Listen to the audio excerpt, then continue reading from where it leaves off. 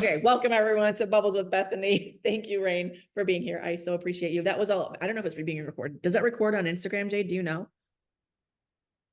We probably just lost everybody who might have been watching on Instagram because I'm stammering. Anyway, that's okay. We're here to stay. That's all that matters. We are here to stay. That's right. Thank you so much. Okay, so I'm going to kick it off because we always ask our guests the same thing. And then what ends up happening is the conversation just takes a turn because, of course, these are your unique answers. But I want to know, with your amazing background of being a stand-up comic and now you're a top-rated LA stylist, all the way, I mean, throughout this whole life, what would you say is your unique superpower? Honestly, I have to say my unique superpower is being able to brighten up anyone's day just by walking in the room. It has nothing to do with styling or stand-up. That is just my jam. And I can attest that that is true. I love to make people smile.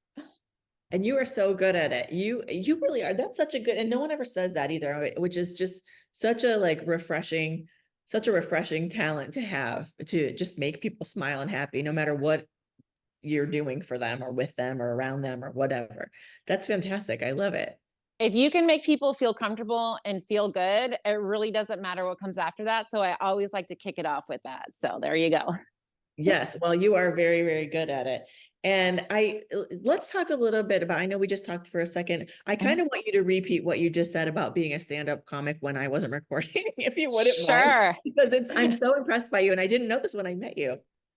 Sure. So I actually used to do stand-up for about 4 years. It was a lot of fun. I was on the same stage with like David Tell, Whitney Cummings, Drew Carey. I was a regular at the Improv, and then I did a sold-out show, which was like a bunch of comedians at Vitello's. And it was just such a wild ride. I played a crazy character called Rain Cat. My famous joke was about shitting in a bucket, but that was obviously pre-Jesus. Okay. Don't Google it. Don't Google it. Anyways, it was just a lot of fun and a great time. And, it, like all good times, that one came to an end. Yes, I love it. Everyone's Googling shitting in a bucket right now. It's like, don't look down. What are you going to do? You're going to look. Yeah, exactly. So what made you transition from that? I mean, you're in LA, so I mean, all these things make sense to me just from a proximity standpoint, but what made you decide, you know what, this is my calling for now in going into fashion, because you're so good at it? Thank you so much. So it's actually kind of a weird story that it just parlays into being ready, letting the universe, God, take all of your experience and roll it up into one career moment, whatever life chapter that is. So I did stand up for about 4 years. I had a boyfriend that wrote for me. So I was really able to go, and I did like a character. So I was really able to go from like nothing to being a regular because I had so many people behind me. However, there was just a part of me that was like, oh, I need a writer. I need a coworker. I had a sitcom that we were pitching to pilots. So when everything just kind of came to a standstill, everybody passed on the sitcom. My co-star actually ended up going, she is like a really famous comedian. She's on all of the Tyler Perry shows right now. Coco Brown is the best.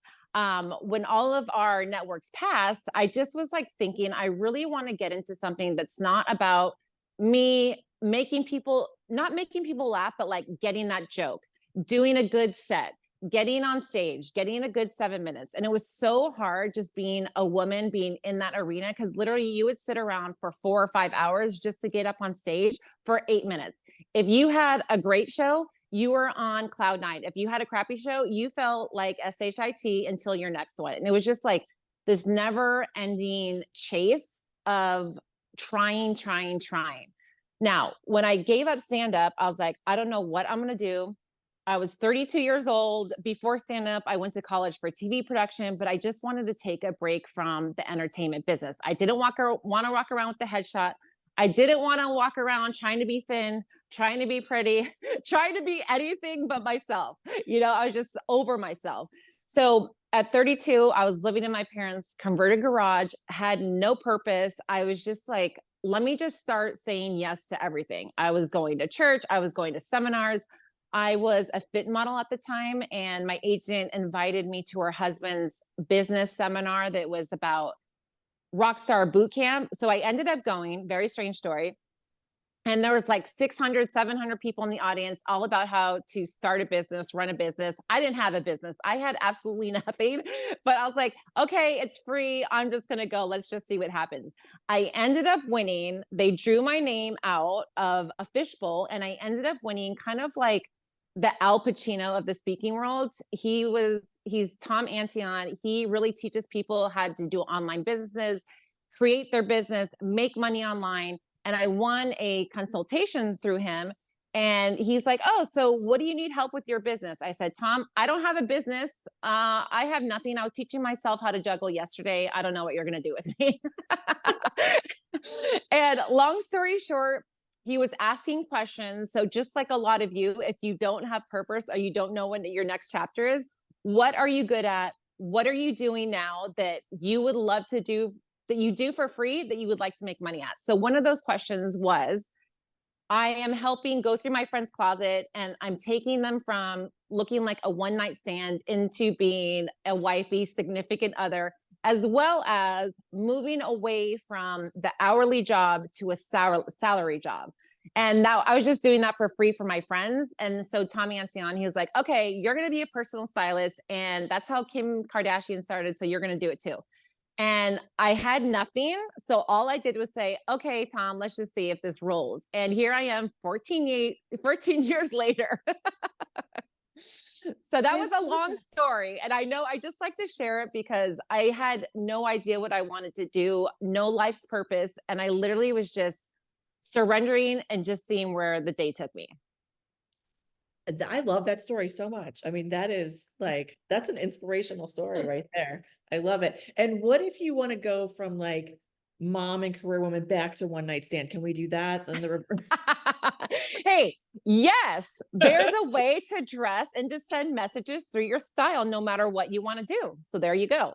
I'm kidding. I'm not quite there yet, but you know, we may talk in a few years. Let's see how this next couple of years goes. Yes.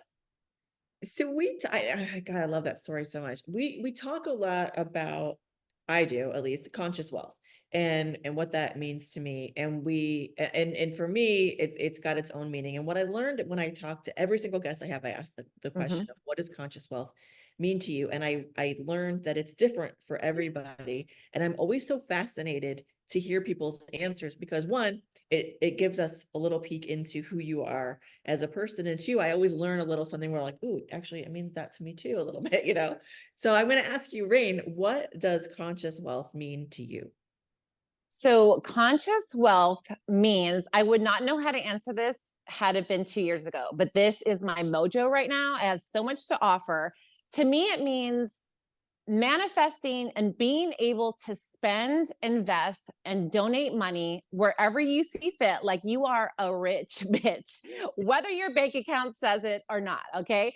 Now, what that means is you are just manifesting money, you're donating money, you're spending money, and you don't have guilt about it. And even though the money may not be in your bank account, you know the universe will deliver and it'll be there when you need it. And you're not stressed. You just know it's coming and you deserve it. I love that knowingness. And what you just said, I want you to say that again. You deserve it. You deserve it. I can't tell you how much money I've spent to unhook my relationship with money from, I guess I don't deserve it, or who the hell do I think I am to get it? And I mean, I've spent a lot of money to figure out how to make money and a lot of money to figure out why I have such an abusive relationship with money. Hmm. Right. And I love that definition, but that you can have it, I think is fantastic. And just like you were saying, for some of us that were not born into money, everybody's idea of wealth is different. Okay. So if you talk to someone that's like, I don't know, really is living in a 1 bedroom apartment, driving a 10-year-old car or whatever, they'll be like, oh my gosh, Rayne is so wealthy with her 2 bedroom duplex, right? And her like 2015 Ford Edge. But here's the thing, we all have our idea of wealth, and some of us want more, some of us are fine with what we have, but I think the idea behind it is it's really hard to break that negative mindset if you were not born into money. Okay, now it sounds like you and I, maybe we grew up similar. Like I grew up very middle class. We could never go on, we had like every 2 years we go on a vacation. I could never buy more than 4 outfits for back to school. Money doesn't grow on trees. I could only get 1 ice cream and all my friends were getting like 8 pieces of candy. You know what I mean? It was just like a constant thing growing up. We don't have enough. We can't do that. We don't have the money. Maybe next year you can only get 1.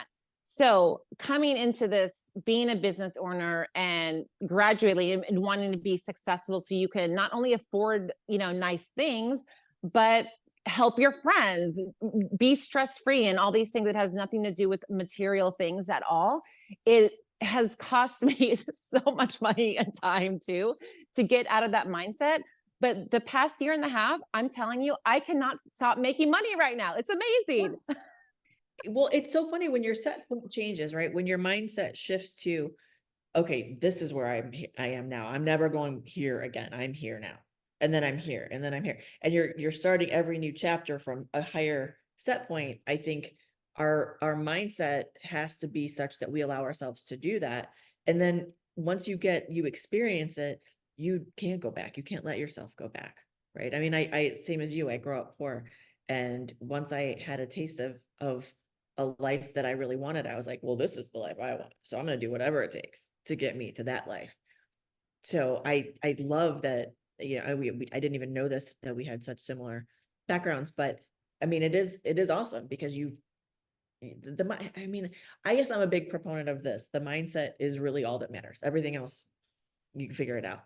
And I can honestly tell you that being educated, being talented, knowing the right people is not, it'll help you, but it will not take you to the level of wealth that the universe wants to take us to without our mindset.